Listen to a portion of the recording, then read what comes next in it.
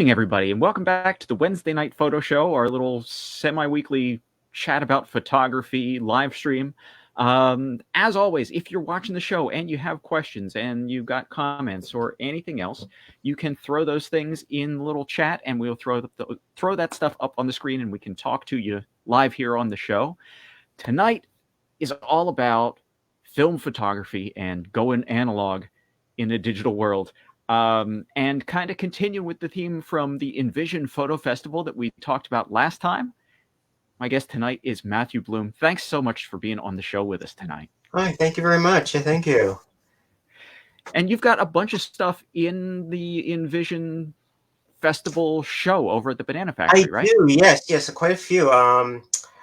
3 actually in the show itself, and the orange car, which is a palladium over pigment process, that actually got honorable mention, so it was a great little thing to get from there. Awesome. And then in the hallway, we had this kind of an overflow exhibit, which has all kinds of various alternative processes I have in there. Awesome. So, yeah, definitely go check it out. I'm going to be down there this weekend for some stuff, and there's a lot of great stuff in these exhibits. So, film photography. This came about because suddenly over here at Dan's, we're seeing a lot more interest in people shooting film. We really thought it was kind of dead and buried for a while, and it's kind of coming back in a big way. So I immediately thought of you for this kind of thing because I've seen your work for years. Before I even actually met you, I'd been following you on Instagram, and I know that you do a ton of very, very analog stuff. But not 100%, right? No. I have a little bit of a hybrid workflow I do of a lot of my work, whereas I'll shoot digital, but then do some editing in the digital darkroom, but then end up doing is a digital negative to actually print in the traditional wet darkroom. So it's kind of a little bit hybrid workflow I have going on. I do also just do straight up all in the darkroom, the whole workflow through, but generally everything I have out there now has a little touch in the darkroom as well. So how did you get into photography in the first place? Where did you get started, and what made this sort of your medium?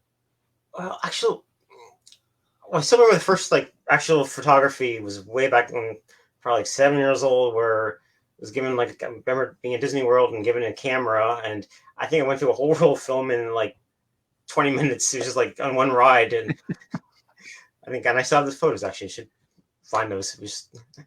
So that's probably my earliest memory of really doing photography. And it always kind of was played upon it a little bit, but then got into more of the movie industry, which was a great thing. Right out of high school, went right into that. But then basically, after that whole thing, I always had an interest in photography during that. But then, probably 15 years ago, I actually did dived into the whole actual darkroom. When I actually went out and got them larger and started doing developing film and all that I did. So you built yourself a whole darkroom to be able to do this stuff, and it's only 15 years ago. But at first it was just simply, went up, I think it was in Craigslist, and just found someone had something on larger and just picked it up and kind of dove right into it. Cool. Developing film. Nice. Huh. Now, what is it about, why do you insist on doing things the hard way? What is it about film photography and these analog processes that appeals to you in the first place? Kind of was not seeing it right away, actually. I do like the actual going through the whole process. I feel it's a lot more rewarding. As opposed to just the instant gratification of getting an image on a camera and display right away. It's just it's a lot more fulfilling being in the darkroom, I feel. Okay. Definitely. Yeah, I know why I enjoy it. I'm always interested in other people's answers, right? To me, it feels like there's something about the very tactile, hands-on nature of doing. Exactly, especially just being in the darkroom, kind of disconnected from the whole world. Just me and the film developing that. Yeah. Yeah. And then it's always interesting too how you always try to get the same results, but sometimes you just can't get the same results, which is kind of the beauty of the process, actually. Mhm. Yeah, there's always going to be some variation and a little bit of Exactly, that's and one of the you things. Like I never feel know. like And there's some. even just like the humidity can change a little bit. I know, especially with Mhm. the palladium printing, if the humidity is off a little bit, it won't print right. So it's a Oh, lot of different really? things. Oh, Yeah, wow. that's one of the more pickier processes. Very touchy kind of process. Yeah, a little bit. Yeah. Yeah, I feel like there's more room for like the happy accident to happen. Like Absolutely, something yes, yeah, unexpected definitely happens has some and of like those. yeah, and it's Yeah, again, you don't especially get with as the much of that palladium with ones digital. where it's actually brushing it on and all that, and just some of the results you don't know quite you're going to get, and they just work out very nicely Mhm. sometimes. Sometimes not, but most times they do. Right? Right? Sometimes it and we've seen that like that's some of the like if I could throw up a couple examples here quick. Absolutely. I've got like one of the things that we've got the like the traditional stuff, right? Like at I've got like here's my roll of Tri-X 400. I shot Yep. hundreds of feet of this stuff in college. Oh yes. Um, or Ilford HP5 or Great one. Yeah, it's um, been my go-to HP5. HP5. Yeah, Yeah, it's been that's a my go-to, and that and kind lately of a FP4 I've been liking a lot lately. okay. Yeah. Yeah, that's I haven't shot a ton of the Ilford stuff. I was Kodak for the longest time, and I've been meaning to play around with these. What do you feel is like the difference between those film stocks that makes you go choose one over the other? Well, I like FP4. I like just because it is slower, so it's a lot finer to grain than the HP5. Mm, That's pretty much my primary reason, and I shy away from the deltas because of the the grains are a lot more flatter. mm, So the HP and the FP have more of the traditional grain feel going on. hmm. That's Right, the sort more of that. technical side. I guess on the Kodak side, that would be the Tri-X versus T-Max. Yes, yes, it would be. Yes. Yeah. Also, I know the like the delta those they don't fix as easily. Also, it takes a lot more to fix them out. Oh, really? Yeah. Okay. So it's a little more Yeah, labor which on the isn't back a end problem there. with modern fixers, but if you go back to some of the older fixer, that's when it gets more of an issue. Right. So, Gotcha. so that'd be my why I have like certain preferences and all that for that. All right. So But yeah, so I'll give it a try. yeah, definitely. Oh yeah, that's the But fun thing, with the film and all these things, different experiment and see what happens with it. Like actually yeah, currently that's it. for 35 millimeter, I actually have in a bulk loader, I think some Panax Kodak from the Hmm. expired in 1990. Still works fine, but it's just fun to shoot Uh-huh. with. Yeah. Yeah. Yeah, I know I've got some old stuff like hanging around in a little freezer in the basement, like stashed away. Mm-hmm. Yep. Also, yeah, actually, even HP5, but on 16 millimeter, which I think again is from the 90s, but it's been in the refrigerator and it'll get used. 16 millimeter film, Yes, like 16 16 millimeter. millimeter movie Yes. film. Yes. Yeah, I do have a few of those cameras too, and have developed that also, which is Oh, that's fun. it is. It's a tedious Neat. process, very tedious, but it's rewarding definitely to see the results on on a projector. Um, Hmm. yeah, it was a G3 reel to reel processor. We just put the spool on one side and pour the chemistry in, spool it back a couple times, back and forth. Crank it around back and forth. It's about a 2 hour process, depending on the development, what kind of development you're doing. Yeah, that Yes, sounds tedious. it is. It's quite, especially going back and forth. So it's like I'm not going to do it that way ever again. It's if anything, I would do the spiral tanks are Like it was much fun nicer. once. Yep, exactly, exactly. Yeah, then yeah, actually that one actually had a happy accident where I somehow solarized the film. I think when during development, it must have had some, a little bit of light going on, and the 16 millimeter got solarized, where certain things had like a the blacks got like she turned like really highlights got almost got reversed. It was really a neat effect. Interesting. So just and Yes. again, that's not something you'd have ever planned for. It's just Nope, not something at that all. I just happened during didn't the get a developing happy of accident, and luckily it was a test yeah. reel, so it didn't matter. And it was like, well, that's a neat little effect. Yeah. Interesting. Yeah, that's the thing is Yeah. like I guess with digital, the sensor that's in my camera is always going to be the sensor that's in my camera. Exactly. Yes, which Right. is great And for with certain like things. I can, Depends what you're doing, but yeah. especially for commercial work or when you need to be Oh, reliable, sure. but have some fun and be artistic and all that. That's what's supposed to be fun to have the films. You can change up Yeah. the film real easy. Hmm. Just whatever you can almost change one camera into a whole other camera the way it acts just by changing the film out, which I All think right. is So really let's neat. talk about the camera a Yeah. little bit. Like now this is my first real camera. This was my Nikon FG that I got probably somewhere in junior high school, and it got me through college. I shot this thing for years and years. Oh yes, great Um, camera. and a bit of a brick too. I mean, Oh yes, you could drop this thing off a cliff and it'd be fine. might break the cliff.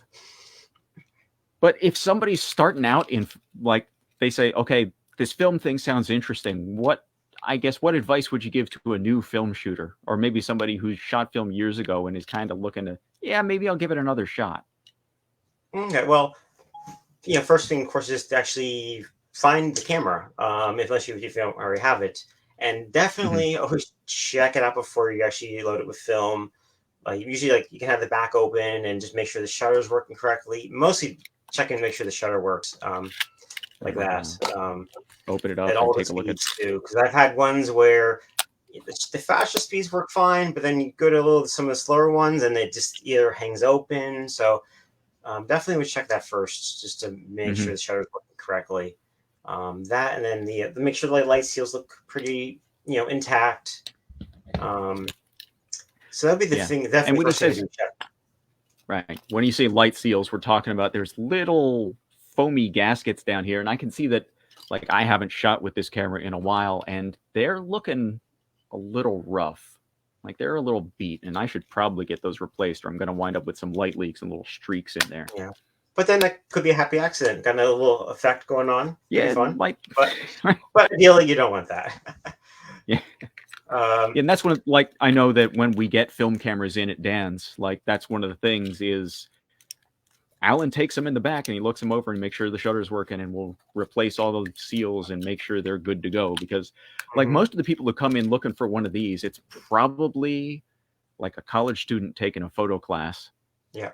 And that's like that happy accident is not what the professor is looking for. No, exactly. They want the more pristine, technically perfect photo. So yes. Right. But yeah, from there, I'd just recommend basically shooting a roll off, and probably send it to you guys like Dan's to get developed. Probably be the best way to go first to make sure you're getting exposure right, making sure the camera's working fine. Mm-hmm. Yeah, first. One of the things that I've noticed, like now that I've kind of gone back and shot some film, and I've noticed a couple of differences from the way that I work digitally, and I kind of have to flip my brain around a little bit. Okay. In that, like, I feel like when I'm shooting digital, I'm always worried about protecting the highlights and keeping my highlight deal. If it gets overexposed, I've just kind of lost everything's clipped off. Exactly. Yes, because But basically when I'm shooting digital film, acts. I Yes, yeah, need digital to make basically sure I acts like haven't underexposed the shadows or they're useless.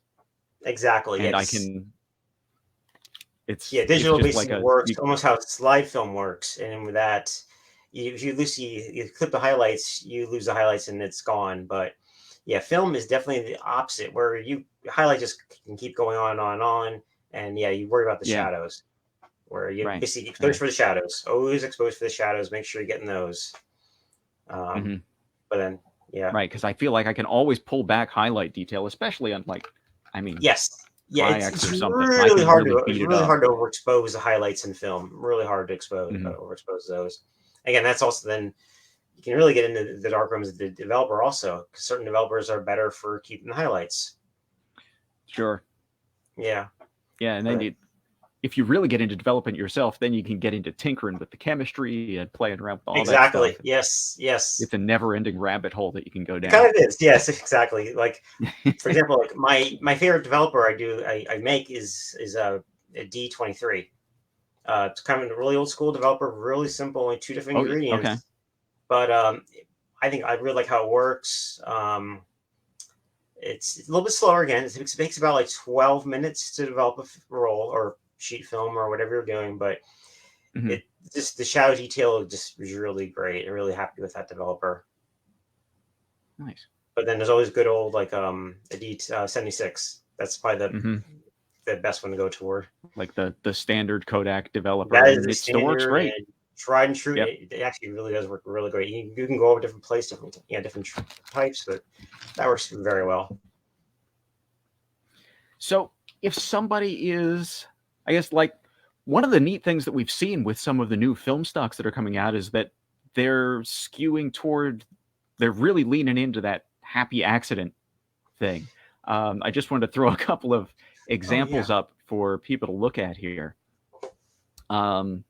Because you can get, like, we've got the normal film, the stuff I just held up, but there's also the weird stuff. And this is, some of the film brands are called Double, is this one.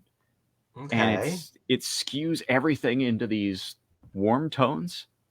I see that. Yeah. Or like there's another one that's got, it's almost like it's got these weird overlays of, I think this one's called Jelly. It's got these overlays of Yeah, color almost. that kind of leans in a real weird direction. So there's these sort of special effects going on. Yeah, it does. And then another one is this. This is one of my favorites. This is this Oh, weird that is thing from a Lomography, yeah, that is a and it's really. called, It's I feel it's a little bit of infrared going on. Is it? kind of, right. It looks like almost like a color infrared. What Yeah, they're it does. doing is they've kind of taken the greens and the purples and swapped them. Okay. And what's But yeah, interesting it is really that they reminds me a don't little bit of like infrared film. kind of, yeah. Ooh, Like, it's a very strange look, and it's a lot of fun to play with. But the weirdest thing is that they don't give you a normal ISO rating. They shoot it somewhere between 100 and 400, is what they tell you. okay. And the effect that you get out of it varies depending on how you shoot it. It's real strange stuff. Stronger if it's over, if you have more overexposed and Yeah, like not where as that strong. shift in color happens. Yeah. Yeah, it's It's a really interesting strange one. stuff. That's one that I definitely have to play with then. Yes. Yeah. And like this is another one they've got. I think this is the Metropolis, which is like not black and white, but very muted color. Oh yes, yeah, very unsaturated, but it's really neat. Yeah. Guess, Right. So it's yeah, it'd be fun to almost take it but out like not where quite it's black and white. yeah, it'd be fun to take it out like where it's maybe a lot of flowers where we'd, some certain colors pop, but then others are very muted. Would be a lot of fun to use this film. Yeah. And the neat thing is that this is also available as 120, so I can put it in like my favorite weird cameras, as opposed to like just the 35 millimeter stuff. I've got this guy, so I can use like one of my favorites here. Oh yeah, great camera. And then there's the stuff where you've got just special effecty things thrown over top. This is almost like, I don't know, light leaks and sparkly stuff going on. Yeah, I feel There's like all maybe kinds of, they almost like expose it with like a laser or something. Looks like yeah, it's like it's pre-flashed with some other thing that throws a bunch of weird overlay onto your picture, just for like, again, if that idea of you don't know what you're going to get until you get it back. Yeah, and that's all part of the magic of it. Yeah. So, I guess you also had some other cameras, and the one thing that was interesting to me about film is that it's a lot less hard and fast with like what the format of the picture is going to be. If I shoot my digital camera, like I love it, I use it every day, but like the picture is always that 2:3 proportion, and it's going to look like, this is the shape of the picture and this is what it's going to be. Film is just a plastic thing with light sensitive stuff on it. Mm-hmm. And you can mess around with that, right? Oh yeah, like you've actually one cool thing you can do is a 120 camera, but spool in 35 millimeter film into it. So that way you have a nice long strip of exposure. You can get the holes in it and everything. It's a neat look, I feel. You know actually, what? I haven't done it myself, but I know someone on Instagram that he does color in one on top and then black and white in the bottom of a 120 camera with 35 Oh, millimeter wow. film. It's a really neat look. A really neat look. That's cool. Yeah. If you find that, send it to me, and I'll make sure to put it in the show notes. I absolutely will, yes. Because we've got, this thing just showed up, which is a camera that does exactly the thing you're talking about. It will expose all the way at the edge of the sprockets. Yeah. And this thing just showed up at the store. Oh, it's perfect. That way you don't have to play with this. Yes, definitely. All the weird, film is coming back, and then all this weird stuff just hit our shelves, which is I'm in heaven with this stuff because I love tinkering with give me the strangest thing you got. I'm gonna mess with it. Oh yes, yeah, definitely. Yeah, but then this I think for 120, the old one, but here's a good old Brownie camera, which is always fun to use. And how old is that? I want to say it's about. I think it was made in 1910. I want to say maybe 1915, around that point. That's awesome. I'll be in here actually, but and so you could take this modern 120 film, throw it in there. Which I think is really neat how you can be using over 100-year-old camera and still use modern film. What do the pictures look like out of that thing? Surprisingly sharp. Yeah. Oh yeah. Usually the center's very sharp, but then the edges, the focus falls off. But that's neat. Yeah. That's got to be really cool looking. Mm-hmm. And that's something you're probably going to find either at an antique shop or a yard sale. Where did you pick that up? I think quite literally an antique shop. Yeah, quite literally an antique shop. I'm pretty sure it was. Yes. Huh. But yeah, only the really early ones though are 120, because then after I think I want to say 1918, that's when they moved over to the 620 film, which can't buy anymore. You can respool it from a 120, but it's a bit of a process. Yeah. So you got to look for the real old ones. Yeah, this one here actually has dates. Yeah, this has dates. The most recent date has is 1908. Looks like. So yeah, the older ones. And that's kind of, there's something I really like about the idea that there was this thing that was sitting in a shop gathering dust, and they expected that it would probably just sit on a shelf till the end of time, and you're taking it out and using it as a tool to make pictures. Yep, still works. And I forget the aperture, but I'm pretty sure I just used Sunny 16 working with it. I mean, I think I just did I want to say a 100 speed film and just did it outside like that, and the exposure was right on. I think actually assuming that you're probably going to shoot it on a bright sunny day. Yes. I'm sorry. What was that? Oh, it does actually have they actually do have aperture control on the top here. There's a little thing that slides up. It's really crazy. This slides up, I think, right? Yeah, right there. That's how you control the aperture. This little thing goes up and down with the different apertures. Yes, it's. Oh, that's awesome. I don't remember the offhand, but I love it. And then it's so simple. Just all it is, just a little shutter is just this little right there. Still works great. Oh, that looks like a ton of fun. Now I've got to track one down someplace. Yeah, then actually the one, I do have another one, which I don't even remember what film format it's for. It's for a larger film format. One that's long, discontinued, but that one I've used for dry plates, like wet plate collodion, but the dry version of it. So I basically take the plate. Yeah, take the plate. I load it in the back of the camera. Do my exposure, and then take the plate out. But that unloading has to be all done in the dark room. So right. Cool. And then you've got some stuff that's just completely homemade, right? Well, yeah. There's this one here I have. It was someone created online and then available as a 3D printed object, and it's a 3D printed pinhole camera. This, and just the back here uses a sheet film. The holder goes right in here, and exposure is literally just you pop that little thing up there.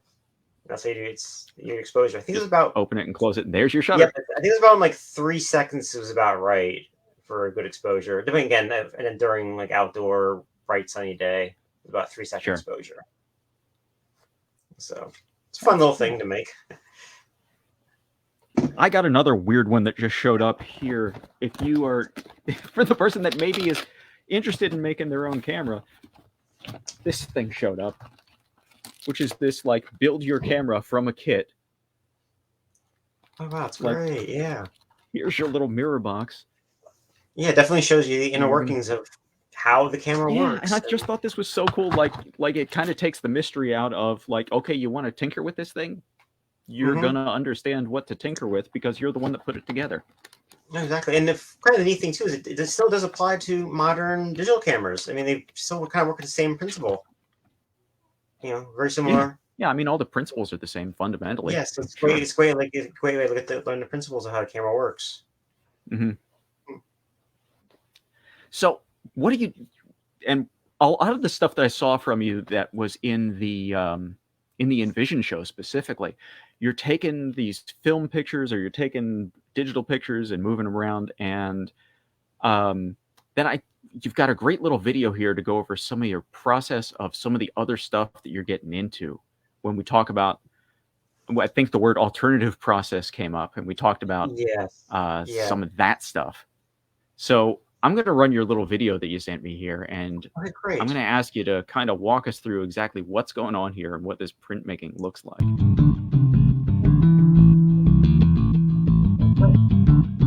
Nope, that's not the beginning, is it? There, we'll start at the beginning. There you go. How's that? Yes. So yeah, it's a demonstration of the palladium over pigment process. So yeah, I always label the back of the paper just to make sure that, you know, for later on with the notes exactly the kind of paper it is. So this is basically printing out in a traditional or modern printer over the pigment, the color. And this is cool because this is really a super combination of that like digital plus analog. Basically, right? the original image was shot digitally, but then I do a separation in Photoshop where the colors are just printed out in an inkjet printer, but then black using the digital negative is done in the darkroom. So then this is the process of coating the paper with the palladium solution. And for people who are unfamiliar with the like historic processes, what we're looking at is basically making your own photo paper at this point, right? You're making the light sensitive thing. Yeah, this is one of the most very popular technique from the 1880s to like 1910 is when this was a very used process. So yeah, this is basically aligning the negative there. Okay, so the negative goes over top. Exactly. And then basically have a UV box there that it's basically equivalent to sunlight. It'd be like just putting it out in the sun, but this is a lot more controlled. Right.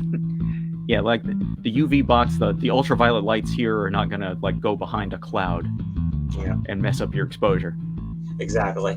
So that there's times that counts out the exposure time.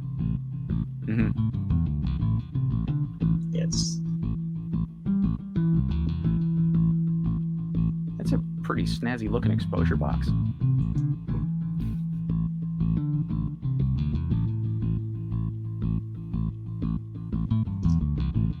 So then it's removing the negative then for here, and then that's the next step is going into the development tray. Where it's just one step of development. And this is the part that basically develops. Yeah, basically develops right away. It does, which is really neat. Oh wow! Yeah, it's like holy man, basically instant. And actually, once it's like that, you can basically pull it out right away. It's like leaving it longer doesn't really matter. This is what got me hooked on photography. Back in like 4th or 5th grade, my science class did a unit on photography, and we did the thing where we took our negatives and made our prints in the darkroom, and that moment when the image just starts to appear on the paper like a magic trick. Yeah, I think that was kind of what hooked me on photography, and I've just always done it ever since. Absolutely, yeah. It's just still something magical about seeing it appear. And then it's basically just washed in a couple different clearing baths just to kind of remove some of the palladium that's in the paper. But, about, I think, 15 minutes in the different baths. It's 3 different baths you got to do. So it develops and then, immediately, and then it's mostly just washing it out. Yep, exactly. And then the final one is just a regular water bath or rinse, water running, just a little bit of water running for like about 20 minutes usually enough. Sometimes I like a little longer. Neat. I love the googly eyes on your darkroom timer. But... Oh, you need that. Everything does. Very nice. So yeah, then that's the print pretty much, and just hang it up to dry.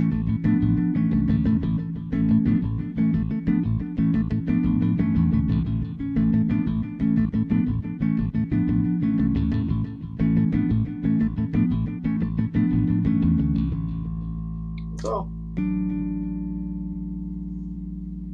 That's very cool. Yeah, so it's a neat little, again, mix-up of modern and the old techniques. Right, really combining those. So was the original shot digitally, or was it shot on film? It was originally shot and then digitally. scanned? Yes, originally shot digitally. Okay, so it's shot digital. Shot digitally, and then brought into Photoshop, and that's where I do a separation in there of the color. Separate, like, this is the black, so this is the color. The color's on an inkjet printer. The black comes from the palladium, and then they're stuck back together. Yep, exactly. Awesome. So yeah, so those I actually do have another gallery of those installed right now. In downtown. Yes, at the mezzanine gallery, which is in the Renaissance Hotel at 7th and Hamilton. Oh, okay. So like right there on the circle. Yeah, in the hotel, there's a little mezzanine level on the mezzanine, right up and past the lobby.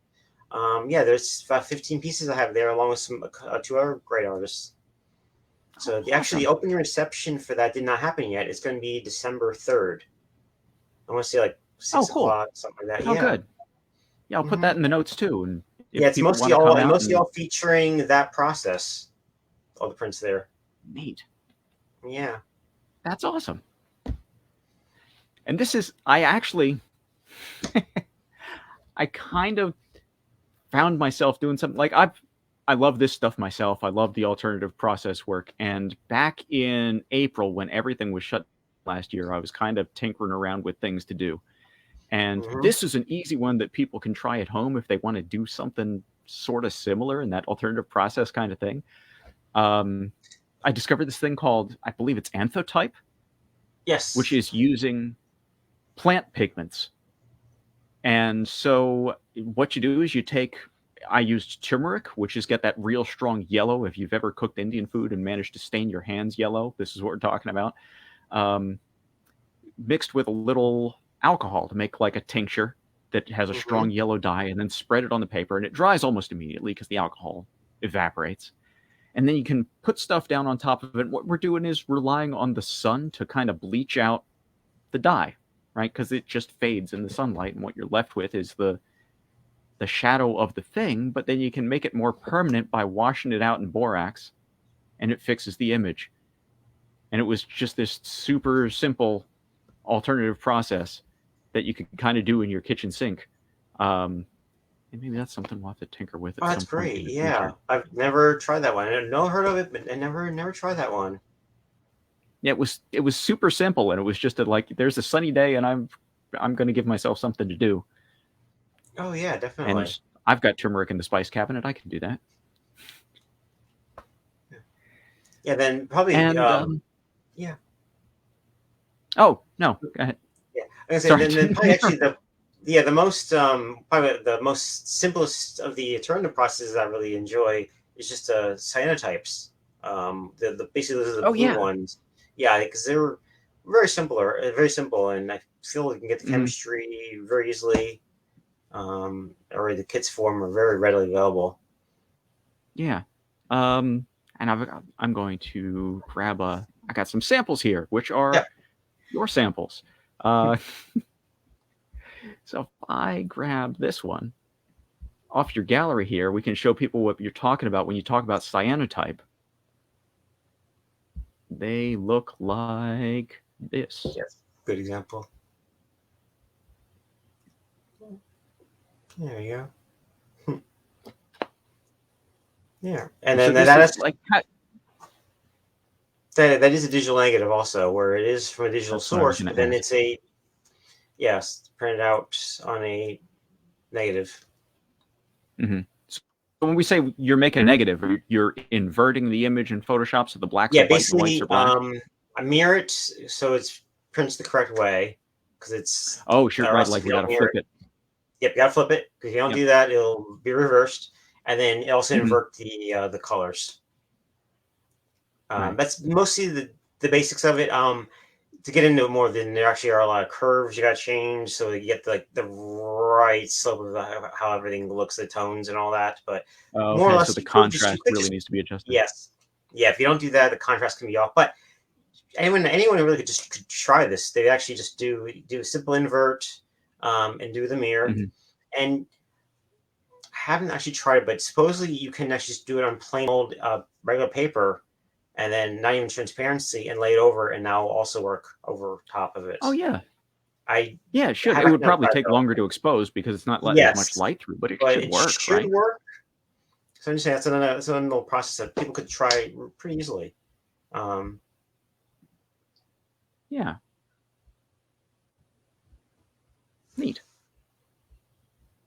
but yeah, that's kind of like my go-to alternative process. Like if I'm ever having problems with another process where it's not working, it's like that one just always works. It always works. It doesn't Pretty much, complain. you get something. Yeah. Yeah, I shouldn't say always because, but more or less. So yeah. But usually, right. Yeah, and then it's neat because in that one you can actually do different toning. Like a couple of them I've toned in either tea or coffee, which Oh, works really great. okay. Gives a And nice it little kind of reacts with the. it does. Yes, there's a reaction in there where it gives a different like a softer tone. Mhm. If I'm remembering correctly, we're talking about cyanotype. Like now, you're making chemistry. We're looking It at is. it's iron rather than silver, right? It is an iron. Yes, an iron process. It's yes. Yeah.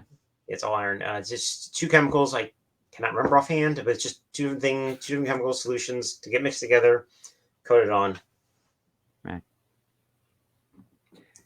But I yeah, think the it's other thing that oh yeah. I almost forgot. You mentioned doing movie film, and this is another weird little critter that showed up at the store. Um, this actually shoots. You put regular old 35 millimeter film in it, and turn little crank to shoot little movies. It's a strange little beast, and you can make a little flip book out of it. This is another one of those things that I'm just dying to try out one of these days. Oh, absolutely. I think that'd be a lot of fun. You just do a short little animation or some different things you could do with that one.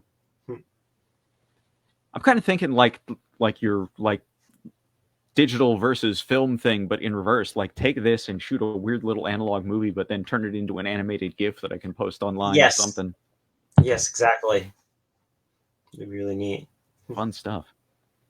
The other thing that I've been playing around with is like Polaroid kind of vanished, but Yes. Fuji has been upholding the like carrying the Polaroid legacy with their Instax stuff and little instant prints. Have you messed with that kind of stuff at all? Not that one. No, not Fuji. Not the modern one. I used to use the Fuji when they were still making it for the pack film for like the Oh, like the FP Polaroid. 100 Yes, something. exactly. Yeah, Which I don't think they even do. I know they were doing black and white for a while. I think they even stopped that. I'm pretty certain. yeah, But I think they. I have, I I've, have I've a heard, little bit stashed in a freezer. yes, but yeah, I used to do some of that in color. Was Hmm. really great results with that. I love shooting that. Yeah, yeah, So, but because none of the modern ones I've tried. But definitely should I've give it a go. started messing around with them a little bit. Because you get like there's these neat little like it's tiny little things that they've got now. The Instax minis are these little guys, but I find myself like, okay, now I can mess with them and I'll like cut them apart and pull the film out and like see if I can like mash it onto a different Oh yeah, and paper or even do mess around with collage it. of them or do all the kinds of crazy stuff like that too. Yeah. Mm. And I guess that comes around to the thing that I enjoy about film photography is it feels more malleable sometimes. Oh, it absolutely is. Yeah, it's I think by default it's just it's there to interact with. Mm-hmm. Just because you do always have something, a physical medium to change and play around with. Whereas It almost digital, feels more like, I don't know, like art supplies, right? Like if I go into the Dick Blick store and I get paints or crayons or whatever, like it's a thing that I can mess with. Mm-hmm.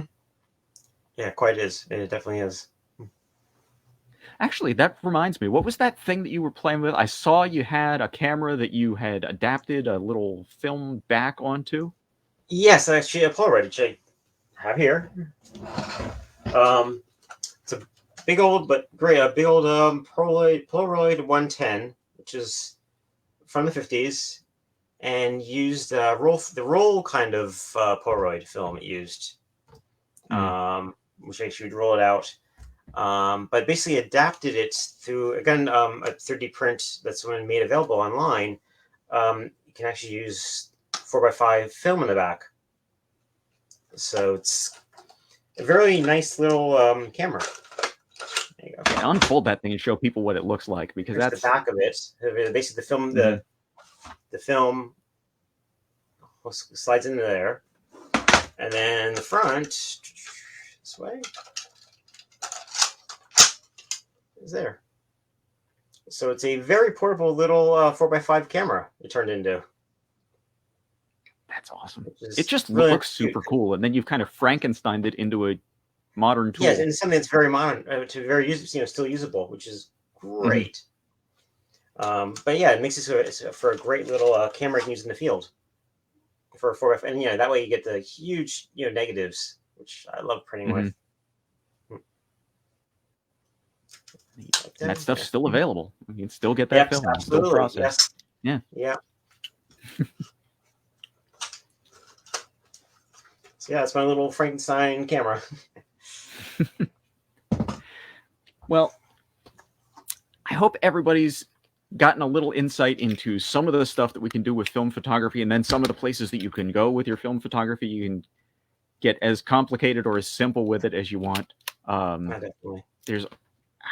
It's just so tactile and so enjoyable.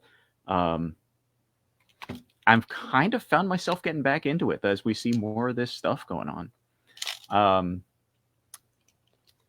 I know, well, like you never quit, right? Like you've always done this.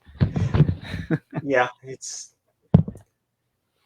again, I like having that little bit of mix between the two. Again, still shoot tons of digital because it's just that ease where especially that. Let's see, there was a couple actually where I've shot even just on my iPhone, but then printed out as a iterative process. I think actually on my website. Oh, no kidding. Yeah, if you go to my website, the album process. Yeah, let me pull that one up. Oh, sure, yeah. It's of the one church. I think it's online. This one. It's not actually on. It's actually not in the gallery, but if you go back to the gallery, I should have it on there, but I don't. Yeah, just go to the main. Just hit back, and I'll show you. That one there is that's just from an iPhone. Unfortunately, I can't really blow it up easily, but that's just shot my iPhone and then created a digital negative and print it as an album process, which is also so albumin print is from when? This is also from 1880s, 1890s, around there, and it's definitely an interesting process. It is actually egg whites used, sensitized with a silver nitrate. So it's basically, I'll take the paper, put a bath of egg yolks or whites. Egg whites. Yeah, egg whites, right? Just basically float it on there for a little bit, let it dry, and then I usually do 2 coats of that. Dry, and the funny thing is, the solution, the egg solution, it actually gets better with age. So I have a tub of it from like about 2 years ago. It still is fine. It stinks, but it works fine. No kidding. Yeah, that's awesome. So yeah, it just really, it just really tickles me that you're using a process from 1880 to print your iPhone pictures. Yes. Yeah. Absolutely love it. Yeah. So basically, take it on. album in solution, let that dry out, then it's basically floated on top of a silver nitrate bath. Let that dry, and then that's when you can do your exposure. Like That's all the so other ones, cool. pretty much. Yeah, so that's another one. I kind of like that process. It's just a fun one to do. I've never done that one. I'm gonna have to mess with it. Yeah, definitely. Neat stuff. All right. So, yeah. Well, yeah. So I would encourage anybody to give this a shot. If you haven't messed with film in a while, or maybe you're a newer photographer and you haven't messed with film ever, it's such a different way of working. And really, like, I love the way that using an older thing can kind of make me see things in a different way. That mixing up my process can kind of change my approach to photography and change the way that I'm looking at things. Yeah, and I always feel too, like when you're shooting black and white, you just visualize things so much different than if you're shooting for color. You know, look at the lines of an object a lot more. Mm-hmm. So I definitely find that too. Like, grab yourself a roll of black and white film and try it out. Mm-hmm. All right. So in the meantime, where can they find you? There's the two places where you've got stuff on display right now, right? We've got currently where your shows. Yeah, the Banana Factory right now with the Party Envisioned Film Fest for this month. That not sure when it's going to be up till. I'm going to say until the beginning of December. That will be all. Everything's going to be in place. And then the other one is the mezzanine gallery at the Renaissance Hotel in Allentown. Again, that opening that's opening is December 3rd. It's I want to say 6:00. I think it is around that time. But basically it's all installed right now, so anyone could just go there now and check it out. But if people want to come and bug you and ask you questions about film photography, they can go find you on December 3rd. Yes, I'll be there for sure. Awesome. Well, thanks so much for joining us tonight. Thank you. This has been a lot of fun for me. It's a topic very near and dear to my heart, and I appreciate you taking the time to join us tonight. Thank you very much. Where can people find you if they want to see more of your stuff? Probably the best would be Instagram, which handle is mblum, MBLUM 6180. And then also on Twitter, off the same username, which I put more of the photography stuff on Instagram, and also on Facebook too. I have a page there. Right. But yeah, if you go to my webpage, which is also the Emblem 6180, it's all on the bottom of the page there too. So, all right, awesome. Well, I will post some show notes, and in the meantime, good night, everybody. Thanks for joining us. Go grab yourself a roll of film and an old camera, and go out and take some pictures.